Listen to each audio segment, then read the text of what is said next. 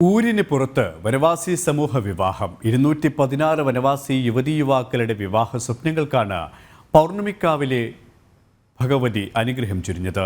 Dhanlaxmi group of companies തിരുവനന്തപുരത്ത് ആരംഭിച്ച 100ാമത് ശാഖയുടെ പ്രവർത്തനോദ്ഘാടനത്തിന്റെ ഭാഗമായാണ് സമൂഹ മാംഗല്യം ഒരുക്കിയത്.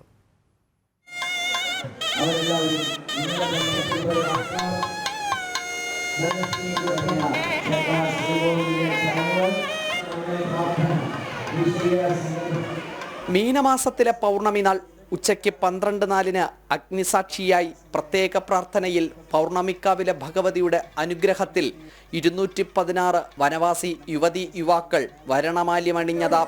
ആശംസകളോടെ പ്രാർത്ഥനകളോടെ ഒരുമിച്ച് താലിയിട്ട് വധുവരന്മാർക്ക് പ്രത്യേകമായിട്ടുള്ള അഭിനന്ദനങ്ങൾ നേരുന്നു. എല്ലാ പ്രാർത്ഥനകളും നേർന്നുകൊണ്ട് ഒരുമിച്ചവർ തുളസിമാല അണിയിക്കുന്ന ചടങ്ങ്. നെറുകയിൽ സിന്ദൂരം ചാർത്തിയതിന്റെയും ഊരിന് പുറത്ത് വിവാഹം നടന്നതിന്റെയും സന്തോഷം അവരുടെ മുഖത്തും വാക്കുകളിലും ഒരുപോലെ നിറഞ്ഞു നിന്നു. കാണാൻ നല്ല ഭംഗിയുണ്ട്. ഇതേപോലെ വിചാരിച്ചില്ല അട്ടപ്പാടി ഇങ്ങോട്ട് വരുമ്പോൾ ഇത്ര ആൾക്കാരുണ്ടെന്ന് ഞങ്ങൾ വിചാരിച്ചില്ല. അവിടെ നിന്ന് ഇങ്ങോട്ട് വരുമ്പോൾ ഇവിടെ നോക്കുമ്പോൾ ഇത്ര ആൾക്കാരുണ്ട്. അടിപൊളിയാണ് കാണാനൊക്കെ. നന്നായിട്ടുണ്ട്. രസമുണ്ട്. ഹാപ്പിയാണ്. ധനലക്ഷ്മി ഗ്രൂപ്പ് ഓഫ് കമ്പനീസിന്റെ 100ാമത്തെ ശാഖയുടെ പ്രവർത്തനം ആരംഭിച്ചതിന്റെ ഭാഗമായിട്ടാണ് വനവാസി സമൂഹത്തിന് വേണ്ടി ഇങ്ങനെ ഒരു ചടങ്ങ് സംഘടിപ്പിച്ചത്. സമൂഹ വിവാഹം സംഘടിപ്പിച്ചതിന്റെ സന്തോഷം കമ്പനി ചെയർമാൻ ബിപിൻ ദാസ് ജനം ടിവിയോട് പങ്കുവച്ചു. വളരെയധികം ശ്രദ്ധിക്കുന്ന മേഖലയാണ് ഈ ഒരു വനവാസി മേഖല.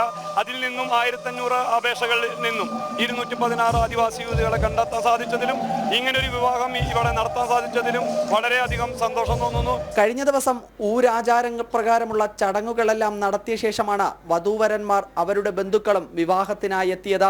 Goa governor advocate PS Sreedharan Pillai ചടങ്ങിൽ മുഖ്യ അതിഥിയായി. കേന്ദ്രമന്ത്രി രാജീവ് ചന്ദ്രശേഖർ, ISRO മുൻ ചെയർമാൻ G മാധവൻ നായർ, ജനപ്രതിനിധികൾ, ഗോത്രത്തലവന്മാർ, ഊരുമൂപ്പന്മാർ തുടങ്ങി 100 കണക്കിന് പേരാണ് വധൂവരന്മാരെ ആശീർവദിക്കുന്നതിലേക്കായി അമ്പലനടയിലെത്തിയത്.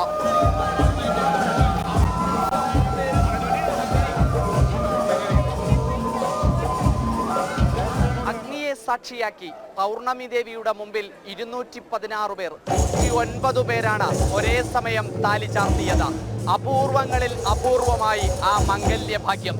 പൗർണമിക്കാവിൽ നിന്നും ക്യാമറമാൻ നിതിനൊപ്പം അഖിൽ പാലോട്ടുമഠം, ജനം, തിരുവനന്തപുരം.